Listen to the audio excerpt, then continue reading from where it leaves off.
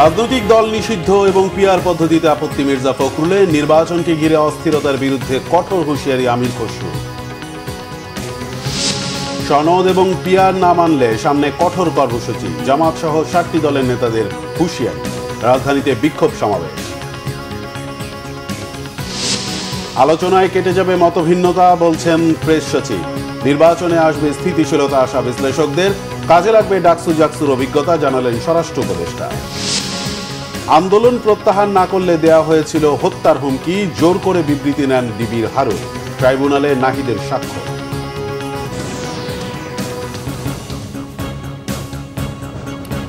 দেখছিলেন crown cement সংবাদ শিরোনাম। এবার বিস্তারিত। বিএনপি মহাসচিব মির্জা ফখরুল ইসলাম আলমগীর জানিয়েছেন, রাজনৈতিক দল নিষিদ্ধ করা ও নির্বাচনে পিআর পদ্ধতির পক্ষে নয় বিএনপি। বলেন, আলোচনা চলাকালে জামাতের কর্মসূচির প্রয়োজন ছিল না। এদিকে বিএনপির স্থায়ী কমিটির সদস্য আমির খসরু মাহমুদ চৌধুরী বলেছেন, নির্বাচনকে কেন্দ্র করে কেউ দেশকে অস্থিতিশীল করতে চাইলে রাজনৈতিকভাবে তার ক্ষতিপূরণ দিতে হবে। রিপোর্ট করছেন সিকান্দার রেমান। বিএনপি মহাসচিব মির্জা ফখরুল ইসলাম আলমগীর বলেছেন, পিআর নিয়ে অহেতুক চাপ সৃষ্টি করা হচ্ছে, যা গণতন্ত্রের জন্য শুভ নয়। সিঙ্গাপুর থেকে দেশে ফিরে বিমানবন্দরে সাংবাদিকদের একথা বলেন তিনি। দেশের সমস্যা দেশের ভেতরেই আলোচনার মাধ্যমে সমাধান হবে বলেও আশাবাদী বিএনপি মহাসচিব। আমরা পিআরের পক্ষে নই, কারণ আমরা মনে করি যে বাংলাদেশের পিআরের কোনো প্রয়োজনীয়তা নাই। আমি মনে করি এটা কোনো প্রয়োজন ছিল না, কারণ আলোচনা তো শেষ হয়নি এখন। আলোচনা চলছিল, আলোচনা চলা অবস্থায় এই ধরনের কর্মসূচির অর্থই হচ্ছে যে একটা অহেতুক একটা চাপ সৃষ্টি করা, যেটা আমি মনে করি যে গণতন্ত্রের জন্য শুভ নয় এবং সঠিক সিদ্ধান্ত নেওয়ার ব্যাপারেও শুভ নয়। এদিকে হামলায় আহত গণ অধিকার পরিষদের সভাপতি নুরুল হক নূরকে তার বাসায় দেখতে যান বিএনপি স্থায়ী কমিটির সদস্য আমির খসরু মাহমুদ চৌধুরী। তিনি বলেন, দেশের মানুষ রাজনীতিতে স্থিতিশীলতা চায়, তাই যত দ্রুত সম্ভব নির্বাচন দিয়ে দেশে স্থিতিশীলতা ফিরিয়ে আনা জরুরি। সব জায়গায় যে ঐক্যমত হয়েছে তা তো না, ঐক্যমত হওয়ারই কথা না, কারণ সবাই বিভিন্ন দল, বিভিন্ন দর্শন, চিন্তা ভাবনা। সুতরাং সব জায়গাতে ঐক্যমত হবে এটা কেউ বিশ্বাস করার কোনো কারণ নেই। তাই আলাদা আলাদা দল হইতো না, আমরা বাকশাল হয়ে যেতাম, তাই না? তো সুতরাং সে চাওয়াটা অসুবিধা নেই, কিন্তু সেই চাওয়াটা জনগণের কাছে যেতে হবে। নির্বাচনের মাধ্যমে জনগণের ম্যান্ডেট নিয়ে সেটা পূরণ করতে হবে। আর এটাই গণতন্ত্র। কেউ যদি অস্থিতিশীল করতে চায় তাদেরকে রাজনৈতিকভাবে এটার জন্য ক্ষতিপূরণ দিতে হবে। আমির খসরু মাহমুদ চৌধুরী অভিযোগ করেন, দেশে এখন জবাবদিহিতা নেই। নির্বাচিত সরকারের মাধ্যমে জবাবদিহিতার জায়গায় দেশকে ফিরিয়ে নেয়ার কথাও বলেন তিনি। সিকান্দার রেমান, বাংলা ভিশন, ঢাকা।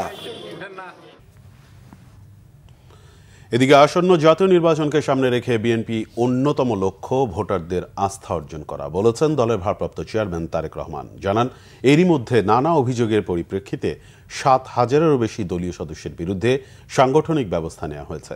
এক ফেসবুক পোস্টে তারেক রহমান বলেছেন, বাংলাদেশে একটি জবাবদিহিমূলক রাষ্ট্র ব্যবস্থায় স্থিতিশীল প্রাতিষ্ঠানিক কাঠামো এবং গণ আকাঙ্ক্ষিত ভবিষ্যৎ গড়ে তোলা সম্ভব। তিনি বলেন, আগামী ফেব্রুয়ারি মাসে অনুষ্ঠেয় জাতীয় নির্বাচনকে সামনে রেখে আজকের ও আগামী দিনের তরুণ প্রজন্মের আশা আকাঙ্ক্ষার প্রতিফলন ঘটাতে একটি গণতান্ত্রিক রাজনৈতিক দল হিসেবে বিএনপি ছুটে যাচ্ছে তৃণমূল থেকে শুরু করে সমাজের প্রতিটি শ্রেণী পেশার মানুষের কাছে।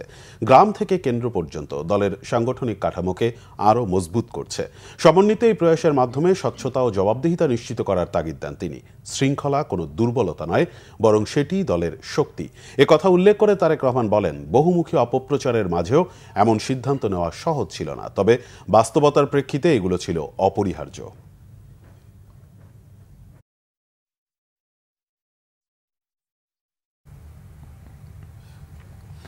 অন্যদিকে বিএনপি প্রতিনিধি দলের সঙ্গে বৈঠক করেছেন সিঙ্গাপুরের অনাবাসিক হাই কমিশনার। বিকেলে দলের চেয়ারপারসনের গুলশান কার্যালয়ে এই বৈঠক হয়। এতে সিঙ্গাপুরের অনাবাসিক হাই কমিশনার ডেরেক লো, সিঙ্গাপুর হাই কমিশনের চার্জ দ্য অ্যাফেয়ার্স মিচেল লি ও সিঙ্গাপুরের পররাষ্ট্র মন্ত্রণালয়ের কান্ট্রি অফিসার ডে আর্ন অংশ নেন। বৈঠকে বিএনপির স্থায়ী কমিটির সদস্য আমির খসরু মাহমুদ চৌধুরী ও সালাউদ্দিন আহমেদ এবং সাংগঠনিক সম্পাদক শামা ওবায়েদ উপস্থিত ছিলেন। বৈঠকে দুই দেশের পারস্পরিক স্বার্থ সংশ্লিষ্ট নানা বিষয় ও আগামী জাতীয় নির্বাচন সহ গুরুত্বপূর্ণ বিভিন্ন বিষয়ে আলোচনা হয়।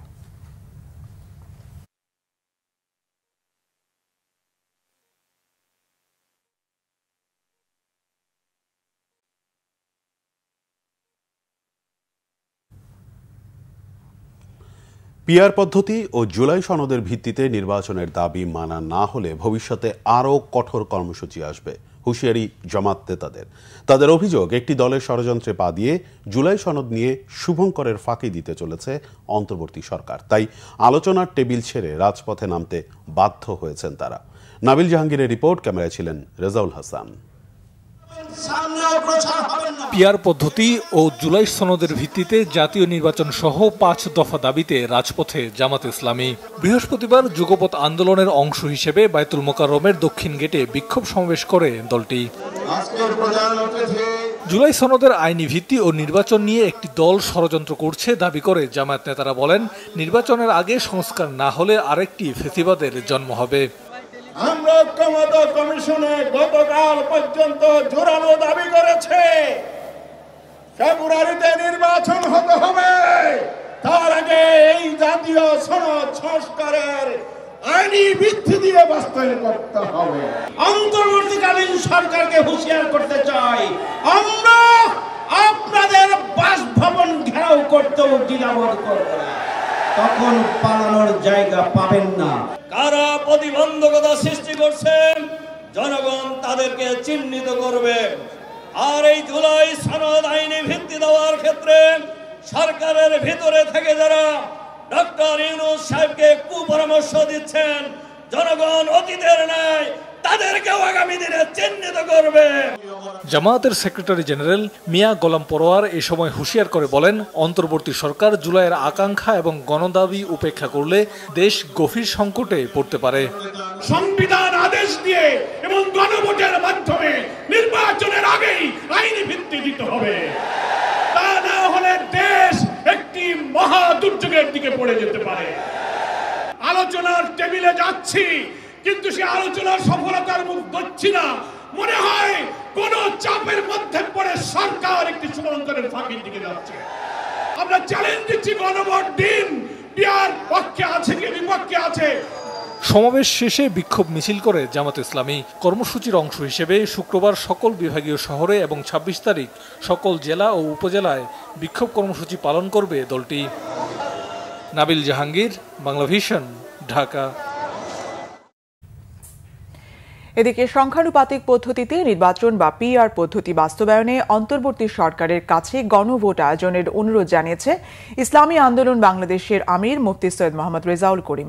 বায়তুল মোকাররম মসজিদের উত্তর গেটে বিক্ষোভ সমাবেশে এই অনুরোধ জানান তিনি। এ সময় মোহাম্মদ রেজাউল করিম বলেন, সংখ্যানুপাতিক পদ্ধতিতে নির্বাচন না হলে দেশে আবারও ফ্যাসিবাদ তৈরি হতে পারে।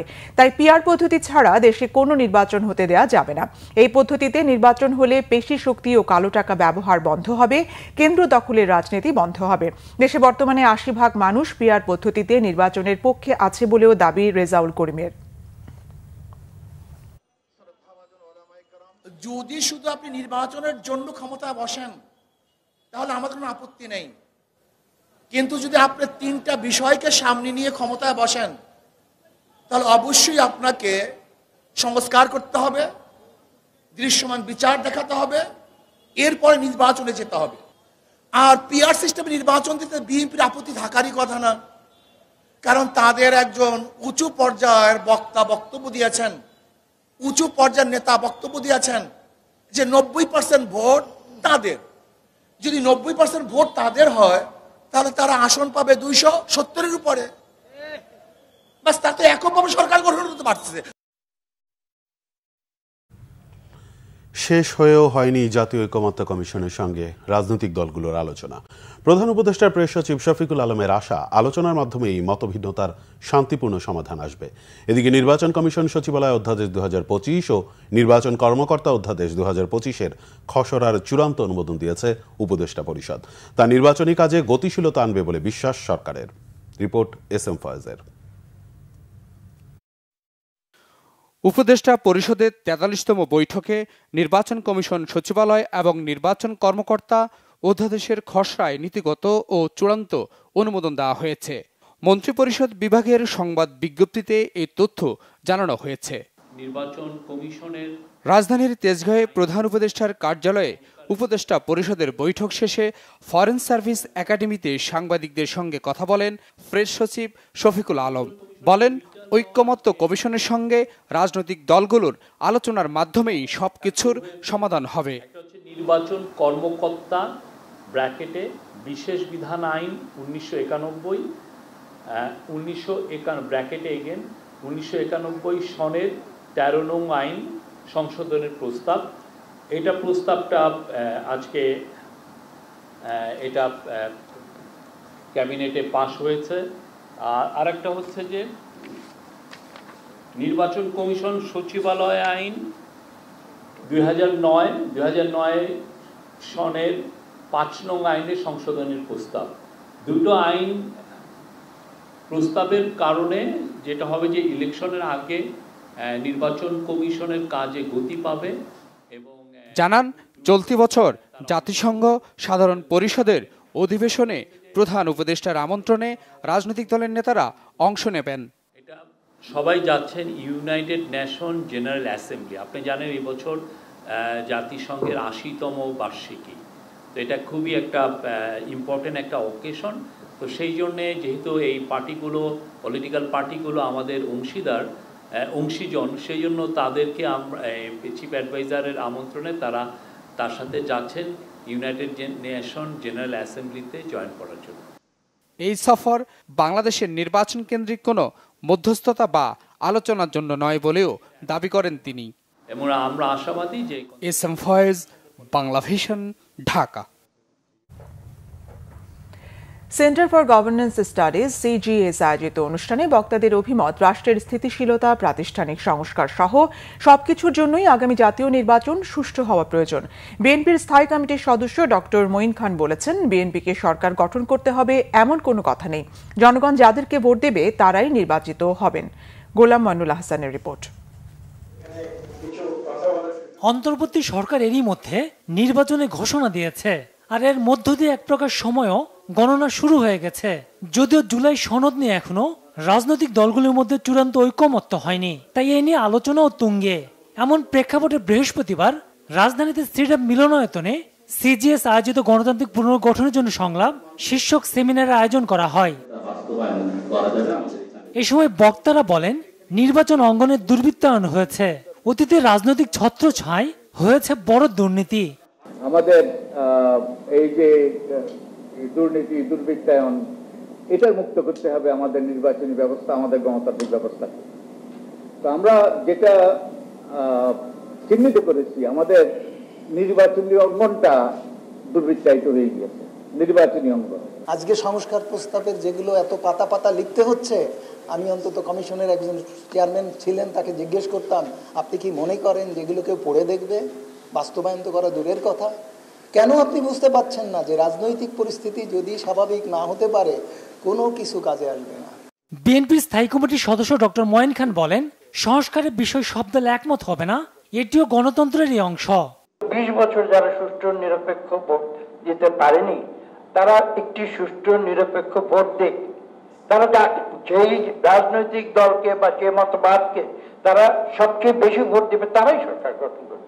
বিএনপিকে সরকার গঠন করতে হবে এরকম কোনো কথা আমি বিশ্বাস করি না। কিন্তু আমরা যদি এই পারস্পরিক আস্থাগুলো না রাখি, তাহলে আমি মনে করি না কোনো সংস্কারে কোনো কাজ হবে। দুর্নীতি অনিয়মের শৃঙ্খল ভেঙে দেওয়া হয়েছে দাবি করে জ্বালানি উপদেষ্টা বলেন, স্বল্প সময় সরকারের পক্ষে সিগনিফিক্যান্ট কাজ করা সম্ভব নয়। এটা খুব অদ্ভুত শোনাবে যে আইনের কাজ হচ্ছে দুর্নীতি বন্ধ করা, কিন্তু এদেশে নীতির কাজ হচ্ছে দুর্নীতি বন্ধ করা, কিন্তু এদেশে আইন করে নীতি করে দুর্নীতি করা হচ্ছে। একদিকে এই আইনের অধীনে অনেক দামে বিদ্যুৎ জ্বালানি কিনবে, আবার একটা ব্যবস্থা করা হয়েছিল যে সরকারের আগে ছিল একটা বিআরসির ক্ষমতা ছিল বিদ্যুতের দাম বাড়ানো, সেই ক্ষমতাটা সরকার নিয়ে নিয়েছে। বাংলাদেশের জাতীয় প্রতিরক্ষা বড় ধরনের ঝুঁকিতে আছে বলেও মন্তব্য করেন বক্তারা। গোলাম মইনুল আহসান, বাংলা ভিশন, ঢাকা। স্বরাষ্ট্র উপদেষ্টা অবসরপ্রাপ্ত লেফটেন্যান্ট জেনারেল জাহাঙ্গীর আলম চৌধুরী বলেছেন, ছাত্র সংসদ নির্বাচনের অভিজ্ঞতা ফেব্রুয়ারিতে অনুষ্ঠেয় জাতীয় নির্বাচনে কাজে লাগাতে চায় সরকার। চাকসু ও রাকসু নির্বাচন নিয়ে কোনো শঙ্কা দেখছেন না তিনি। এ দুটো নির্বাচনও ভালো হবে বলে আশা করেন। রাকসু ও চাকসু নির্বাচন উপলক্ষে সার্বিক প্রস্তুতি ও দেশের আইন শৃঙ্খলা পরিস্থিতি নিয়ে সচিবালয়ে সভা অনুষ্ঠিত হয়। এরপর স্বরাষ্ট্র উপদেষ্টা জানান, দ্রুত ফল প্রকাশে বিশ্ববিদ্যালয়ের প্রতিনিধিরা মেশিনের মাধ্যমে ভোট গণনার পক্ষে মত দিয়েছেন। বৈঠকে শিক্ষা উপদেষ্টা অধ্যাপক ডক্টর সিআর আবরার বলেন, দুই বিশ্ববিদ্যালয়ের নির্বাচনের অভিজ্ঞতা নিয়ে আলোচনা হয়েছে সভায়। তিনি জানান, ছাত্র সংসদ নির্বাচনগুলো যে কারণেই হোক জাতীয় আগ্রহে পরিণত হয়েছে।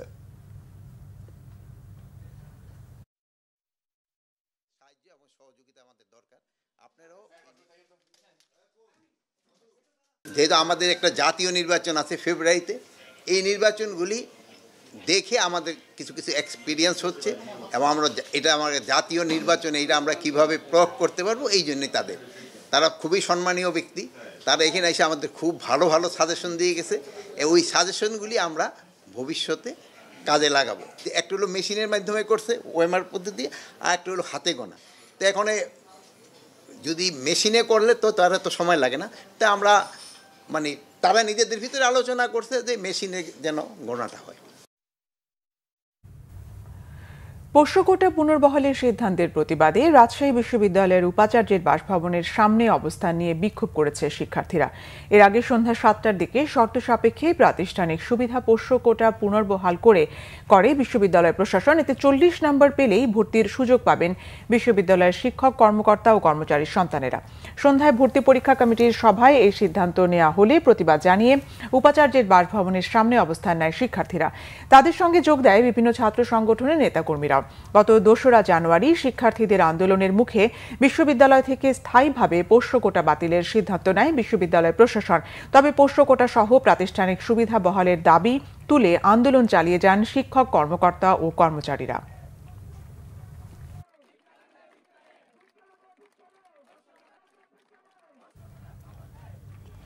জুলাই আগস্টের মানবতা বিরোধী অপরাধের মামলায় শেখ হাসিনা সহ দায়ীদের শাস্তি দাবি করেছেন এনসিপি আহ্বায়ক নাহিদ ইসলাম। তিনি বলেন, ভিকটিম ও তাদের পরিবার যেন ন্যায় বিচার পায়।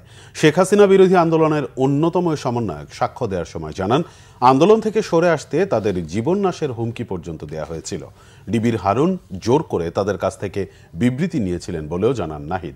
এদিকে নাহিদ ইসলামের জেরা রবিবার পর্যন্ত মুলতবি করা হয়েছে। আহমেদ সারোয়ারের রিপোর্ট।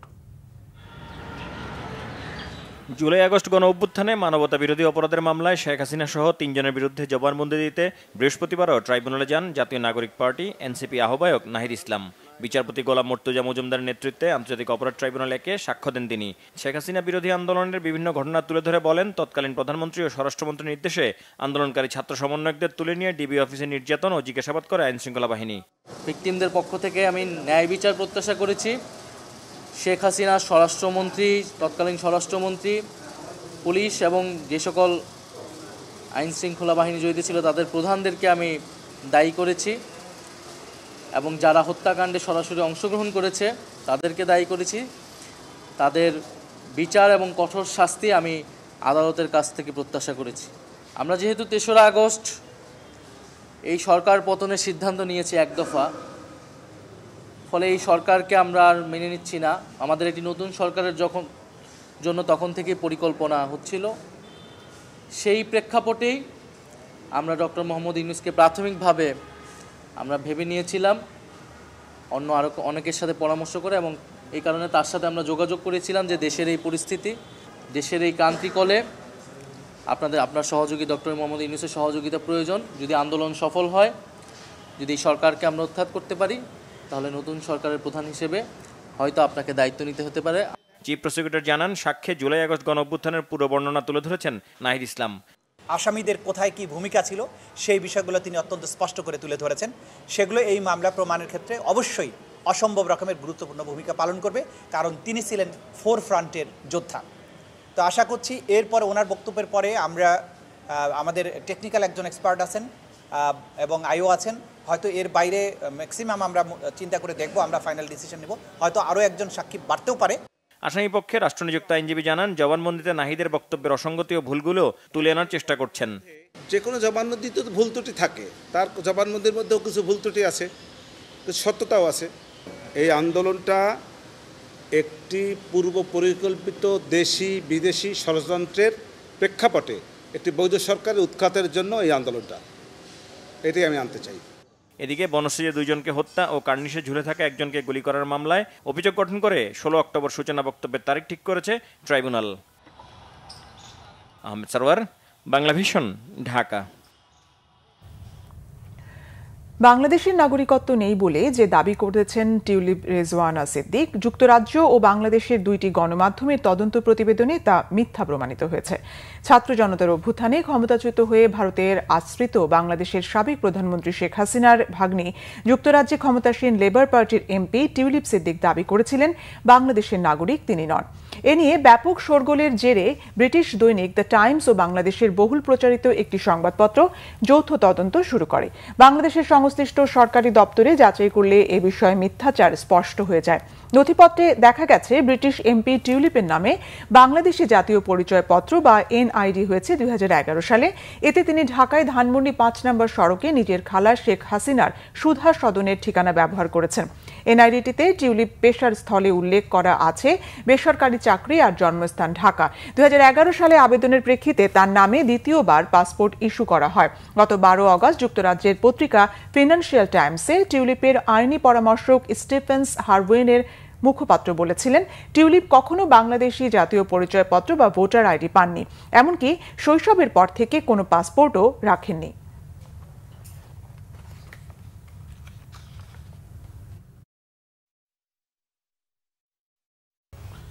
সাত কলেজকে কেন্দ্রীয় বিশ্ববিদ্যালয় করার অধ্যাদেশ সোমবারের মধ্যে জারি না হলে কঠোর কর্মসূচিতে হুমকি দিয়েছেন আন্দোলনরত শিক্ষার্থীরা। সকালে ঢাকা কলেজের শহীদ মিনারের সামনে এক সংবাদ সম্মেলনে এসব বলেন সাত কলেজের শিক্ষার্থীরা। এর আগে সাত কলেজকে কেন্দ্রীয় বিশ্ববিদ্যালয় করার পক্ষে নানান স্লোগান দেন তারা। এ সময় শিক্ষকদের সমালোচনা করে শিক্ষার্থীরা বলেন 2017 সালের পর যে শিক্ষকরা কখনো শিক্ষার্থীদের পাশে ছিলেন না, এখন সাত কলেজের সমস্যা নিরসনের দিকে এগোলে বাধা দেওয়ার চেষ্টা করছেন সাত কলেজের এক শ্রেণীর শিক্ষক। এ সময় অধ্যাদেশ ছাড়া কোনো চূড়ান্ত সমাধান হবে না বলে জানান তারা। আন্দোলনে গেলে শিক্ষার্থীদের পরীক্ষার নম্বর কমিয়ে দেওয়ার ভয় দেখানোর অভিযোগও তোলেন শিক্ষার্থীরা। যেহেতু অধ্যাদেশ হয়ে গেলেই সামষ্টিক সমস্যাগুলো মিটে যায়, সেক্ষেত্রে আগামী সোমবারের মধ্যে অবশ্যই শিক্ষা মন্ত্রণালয় কর্তৃক সুস্পষ্ট রোডম্যাপ অধ্যাদেশের সকলের সামনে পরিষ্কার করতে হবে।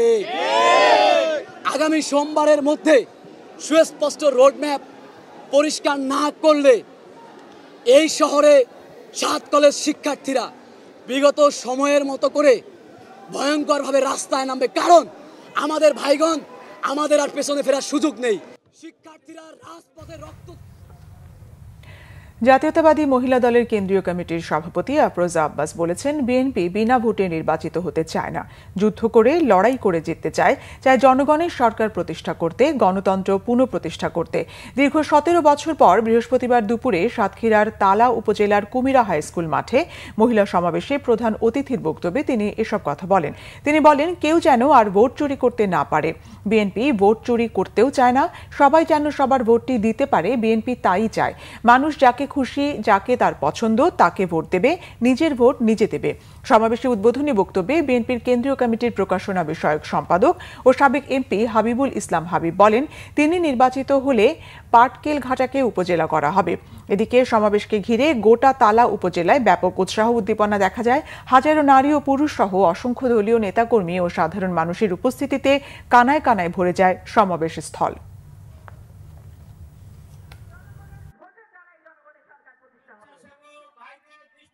আমরা ভোট চুরি করতেও চাই না, আমরা ভোট বিনা ভোটে নির্বাচিত হতে চাই না।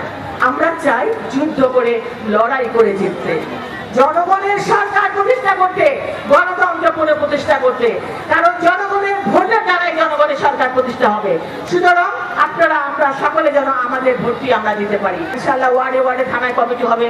যে বোনেরা আমাদের মাঠে ছিলেন, মাঠে কাজ করেছেন, তাদের নিয়ে আমি বলবো কমিটি করতে, এবং তারপরে যারা নতুন সদস্য আসতে চান তাদেরকেও আপনারা করে রাখবেন। নরসিংদী সদর উপজেলার আলোকবালিতে বিএনপির দুই গ্রুপের সংঘর্ষে গুলিবিদ্ধ হয়ে একজন নিহত হয়েছে, আহত অন্তত 5 জন। ভোরে আলোকবালী ইউনিয়ন বিএনপির আহ্বায়ক শাহ আলম চৌধুরী ও বহিষ্কৃত সদস্য সচিব আব্দুল কাইয়ুম মিয়া গ্রুপের মধ্যে সংঘর্ষ হয়। বহিষ্কৃত সদস্য সচিব কাইয়ুমের গ্রুপে রয়েছে নরসিংদী সদর থানা স্বেচ্ছাসেবক দলের যুগ্ম আহ্বায়ক নায়েব আলী। তবে স্থানীয়রা বলছেন বিএনপির উভয় গ্রুপের সাথে আওয়ামী লীগের নেতাকর্মীরাও রয়েছে। নিহত ঈদন মিয়া মুরাদনগর গ্রামের বাসিন্দা। মরদেহ ময়নাতদন্তের জন্য সদর হাসপাতালের মর্গে পাঠানো হয়েছে। স্থানীয়রা বলছেন 2024 সালের 5 আগস্টের পর উভয় গ্রুপের মধ্যে আধিপত্যকে ঘিরে বিভাজন তৈরি হয় এবং সেই বিভাজন থেকেই আজকের সংঘর্ষের সূত্রপাত। নদী থেকে বালু উত্তোলন, দখল ও আধিপত্য নিয়ে আলোকবালী ইউনিয়ন বিএনপির আহ্বায়ক শাহ আলম চৌধুরী ও সম্প্রতি দলীয় শৃঙ্খলা ভঙ্গের অভিযোগে বহিষ্কৃত একই কমিটির সদস্য সচিব আব্দুল কাইয়ুম মিয়া পরস্পর বিরোধে জড়ান। পাশাপাশি দলীয় কর্মসূচিও তারা আলাদা পালন করেন। এদিকে পরিস্থিতি সম্পূর্ণ নিয়ন্ত্রণে রয়েছে বলে জানিয়েছে পুলিশ। পাশের জেলা মাদারীপুর থেকে স্পিড বোটে গিয়ে ফরিদপুরের কুমার নদে দেশীয় অস্ত্রশস্ত্র নিয়ে মহড়া দিয়েছে কিশোর গ্যাং। সামাজিক যোগাযোগ মাধ্যমে তাদের এই মহড়ার ভিডিও ভাইরাল হবার পর পুলিশের নজরে আসে বিষয়টি। স্থানীয়রা জানায়, ভাঙায় কুমার নদে একটি নৌকা বাইচ হওয়ার কথা ছিল, তবে ওই নৌকা বাইচ হয়নি। এ সময় নদীতে যাত্রীবাহী অর্ধ ডজন স্পিডবোট ও ট্রলারে ওই কিশোররা চাইনিজ কুড়াল ও বড় দা নিয়ে মহড়া চালায়। সড়কে দ্রুতবেগের মোটরসাইকেলের মতোই নদীর বুকে এঁকে বেঁকে স্পিডবোট চালিয়ে অস্ত্র উঁচিয়ে হই হল্লা করতে করতে তাদের শক্তিমত্তা দেখায়। এদিকে গত সোমবারে ভাঙায় দুর্বৃত্তদের হামলার পর এখনও স্থানীয় থানা ও উপজেলা পরিষদের কর্মকাণ্ড স্বাভাবিকভাবে শুরু করা যায়নি। এরই মাঝে কিশোর গ্যাংয়ের এমন মহড়া জনমনে উদ্বেগের সৃষ্টি করেছে। ভাঙা থানার ওসি মোহাম্মদ আশরাফ হোসেন ঘটনার সত্যতা স্বীকার করেছে।